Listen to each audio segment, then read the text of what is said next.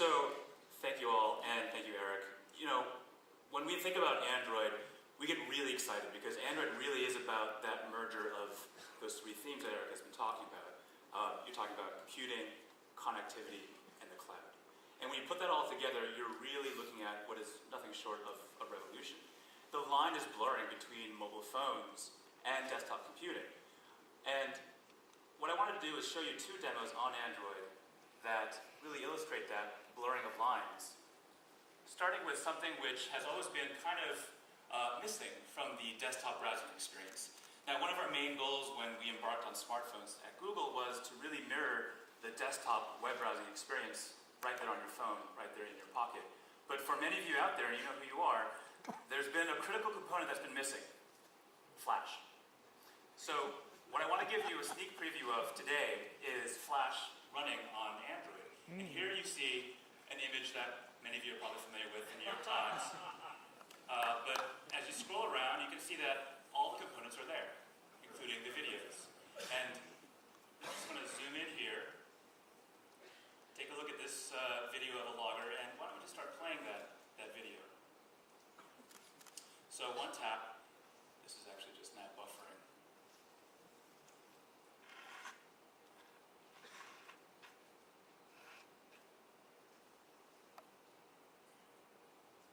Everyone here, get off Wi-Fi. That's right.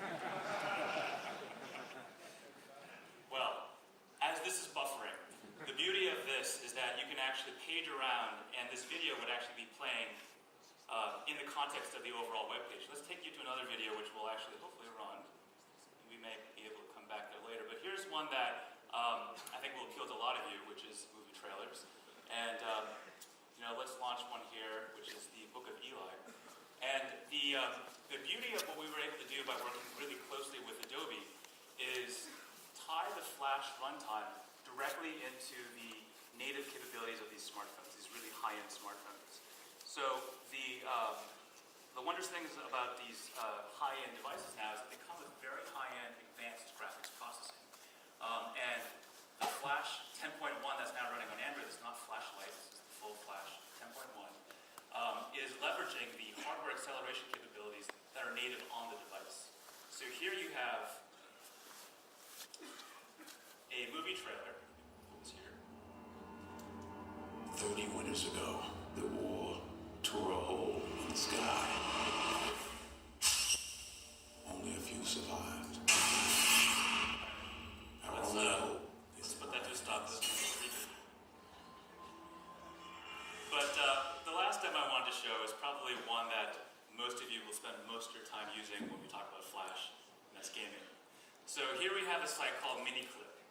And MiniClip is a compilation of a lot of different games that you probably enjoy here on your phone. I'll pick one here called Alien Attack. And you've got 3 minutes to spare at the bus stop. Full screen. Double tap to fill it to full screen here. And let's start saving the world by shooting down some aliens. That's a friendly. I learned that. And here we go. Friendly fire. So as you can see, Flash is running now. What really gets me excited about Flash, though, is the fact that it's not just completing the picture about desktop browsing, but it's also extending the reach of all those Flash developers out there and giving access to all of you to the wondrous catalog of content that's working on Flash. But the other piece about cloud computing and sort of tying this all to mobile that gets me really truly excited is how we can miniaturize the world. When we make these devices, smartphones, connected to the cloud, then anything really is possible. Now, a lot of you have probably played with an app called Google Earth.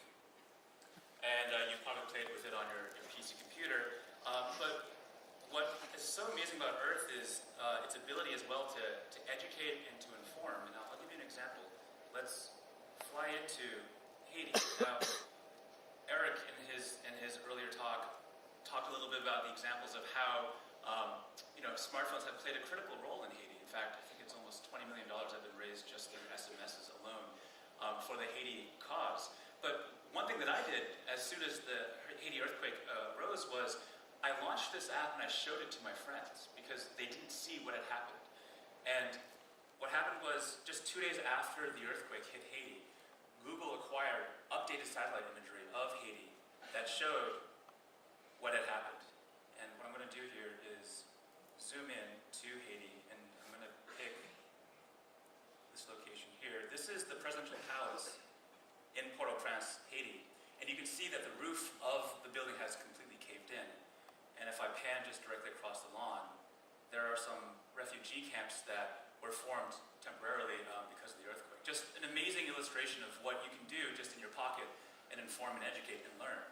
And of course, if we layer on top some of that great voice recognition software that Hartnett just demonstrated, Mount Fuji. What you find is that you can have all those great capabilities that you had and enjoyed on the desktop computer, but now here on your phone. And I'm going to fly to Mount Fuji. It recognized what I said. It's doing all the animation really, really fast that you expect to see on a desktop computer. And just to prove that we did indeed find Mount Fuji, I'm going to get that bird's eye 3D view of the mountain right here on my phone. So there you have it. I think, there's just 2 examples of what really is possible with smart end phones running on a platform like Android. And with that, back to you. Thank you very much.